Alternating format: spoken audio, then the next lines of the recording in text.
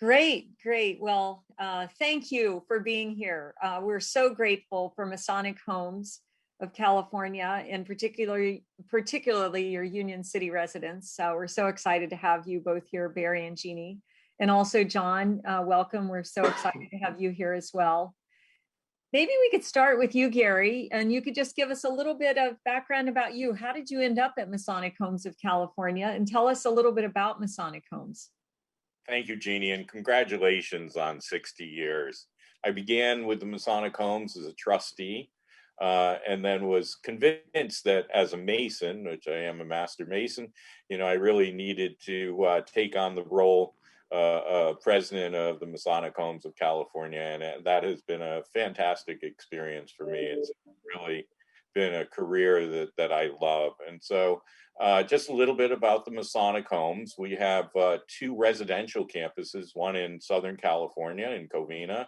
Our northern campus in Union City was our first development, and that building you see behind me is the building in 1898 when it opened, and that's actually a photograph of dedication day, and you can see all the Masons running up, or walking up, I should say, the hill behind me for the dedication of that first home. And that building is still standing, by the way. It's gotten an additional floor and two wings, but it's a beautiful building with some really beautiful architectural features inside. So we have currently about 500 residents on our two residential campuses.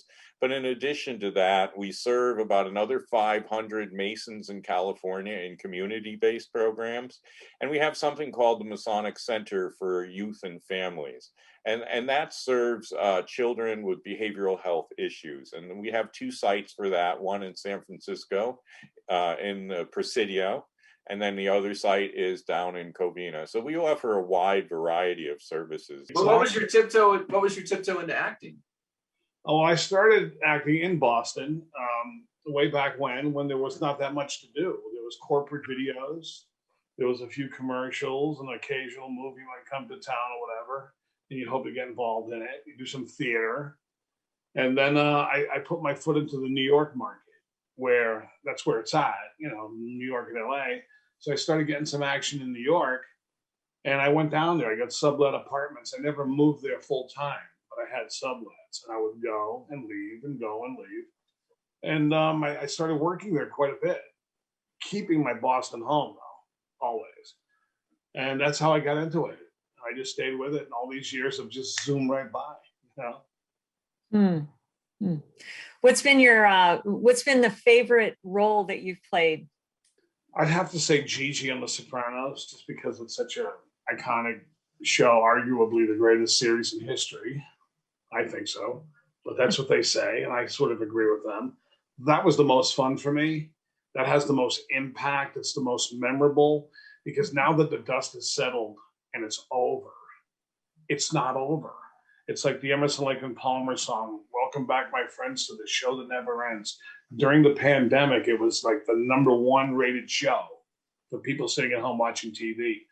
The request I get on social media to correspond with people all over the world has been unbelievable. So I've been living at the Masonic home here for 15 years, and I've had people say, "How long did it take for you to feel at home there?" And I said, I think about 10 seconds after I came through the gate.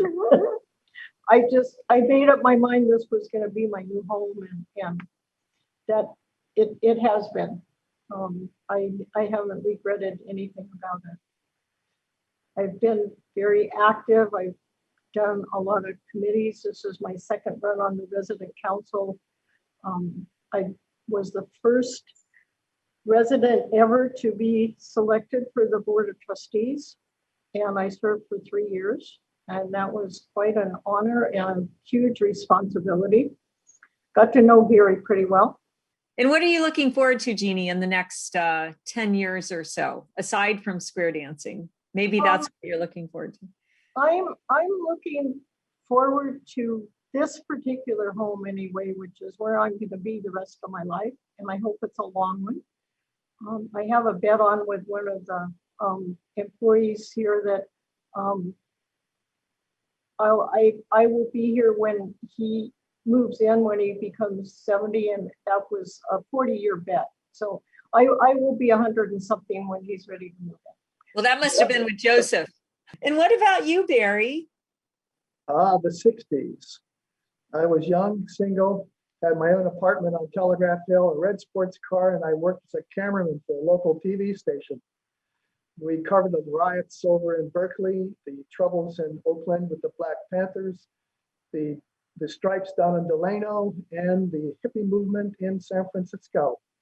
It was a wild ride, an e-ticket, if you can remember what those were.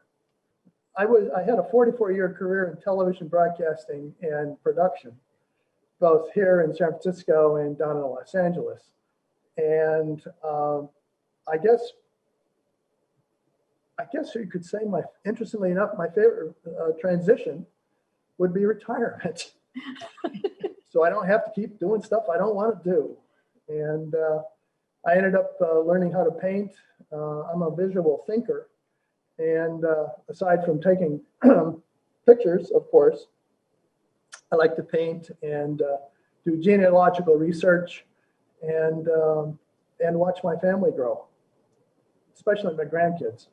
Perfect. That was great. Great. Well, thank you all so much. Thank you, Gary, Jeannie, Barry, and John, for spending this time with us. We're just thrilled that you're part of the 60/60 tour.